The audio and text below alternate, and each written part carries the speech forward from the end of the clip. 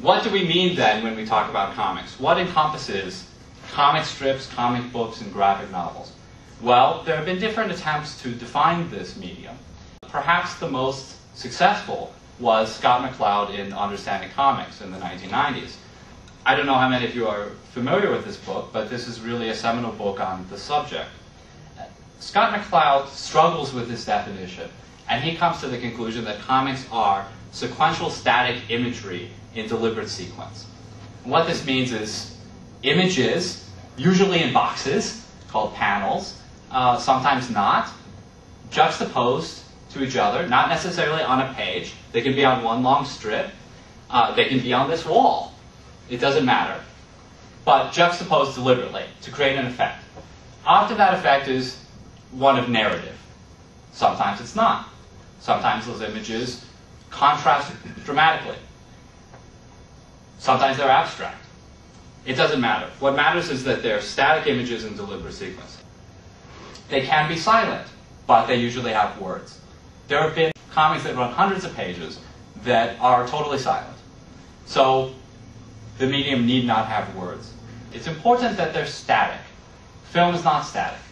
Certain comics on the internet that move are not static. Now, to the comics purists, these are not really comics. Now, there are difficulties with what is comics.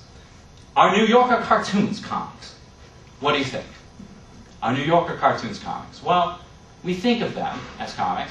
They're really cartoons. They're not sequential images. They might have words, they might have imagery on the page, but they're not sequential. There's no narrative here, there's no juxtaposition of imagery. Thus, they're not really comics. Now, we can have disputes on this matter, and in fact, we're still questioning, in fact, what should be incorporated into our definition. Online comics, I already alluded to.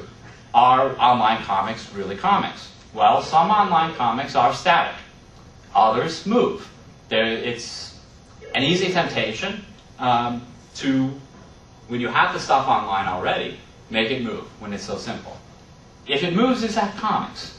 Well, some people like to call it comics because it sounds cooler. Other people say, well, that's some weird form of film or multimedia or something else. Another difficulty, illustrated text. At what point does a book with illustrations become comics? It's very problematic. What I'm imagining here are books, and we've probably all seen them, with illustrated text of, the text might be a story. It could be a novel. You have a Charles Dickens novel and illustrations side by side. You have Paradise Lost and Gustave Doré engravings. Is that comics? It's difficult to say.